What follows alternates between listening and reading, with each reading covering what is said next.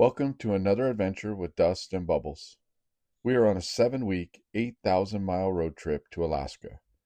This is day 11 through 15 on our trip, and we are still traversing Canada. We came across this black bear foraging along the side of the road. He almost completely ignored the passing traffic. As we continued our scenic drive through Canada, we encountered this Canadian traffic jam when a herd of buffalo encompassed the road and both sides of the road. This calf decided the roadway was the perfect place for a meal and began nursing. We stopped, then proceeded slowly, taking time to gaze at these majestic animals.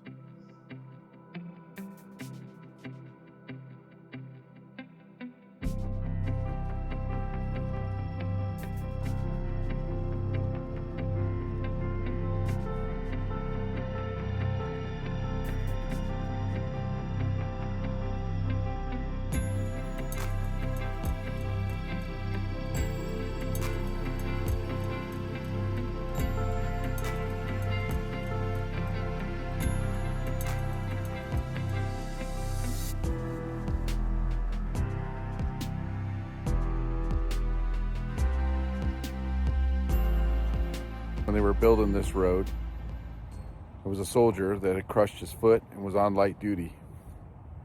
So they assigned him to paint the sign that showed how far it was to various parts here in the Yukon and Canada.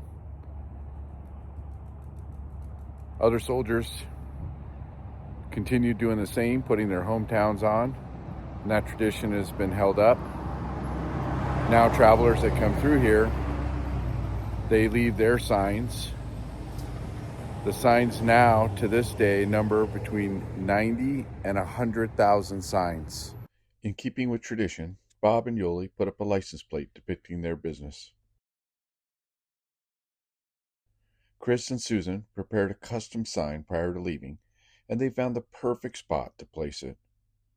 I landed a Dust and Bubbles sticker to memorialize our passing. There were picnic tables, so we used the opportunity to have lunch with this friendly squirrel.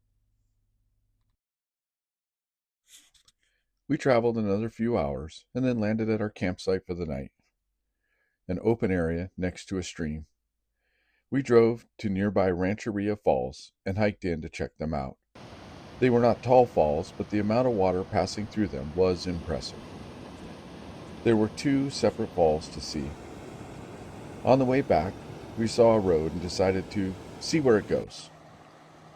Porcupine Creek was a fun little side trail, and the water crossing was scenic.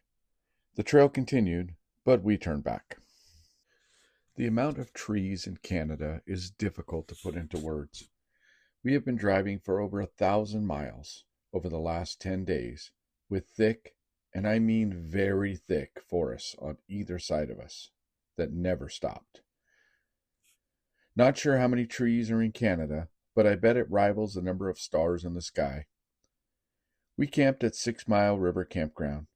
This campground is on tribal land and was supposed to have water and power, but only had power when we arrived.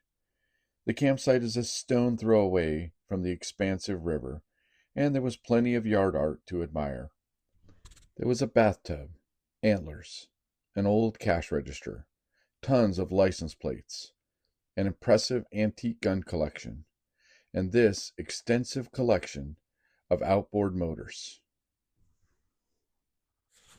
Once we set up camp, we headed out for another adventure.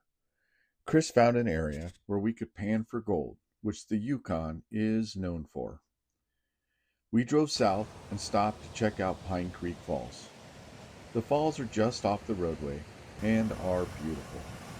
We spent several minutes admiring the falls, then drove just up the road to find the perfect panning area to make our fortunes and pay for our trip. We conducted a thorough check of this section of the river, but sadly, none of us struck it rich. I guess we're just going to have to use our credit card. Pyrite floats out. I think I got some. Oh, and I got some yellow in here. The next day, we dedicated to exploring the area. Chris led us on a mile trail up Montana Mountain. The trail is known for mountain biking single track trails on it. We do have a thing here. We got to stay way to the left and kind of into this tree to get through this, so. We encountered this section of trail, which was very narrow, less than the width of our Jeeps, with steep, loose drop-off on either side. We decided to turn around and check out a different side trail.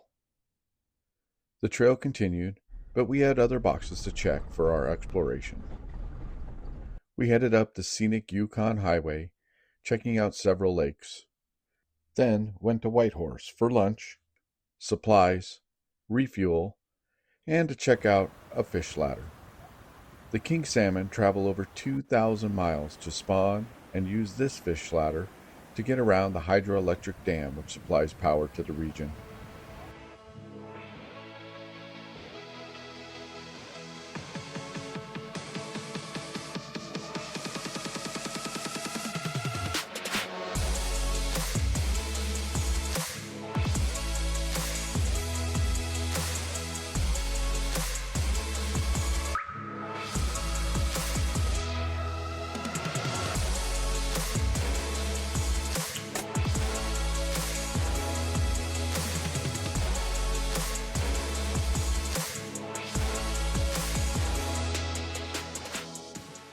After yet another scenic drive, we made camp at Congdon Creek Campground.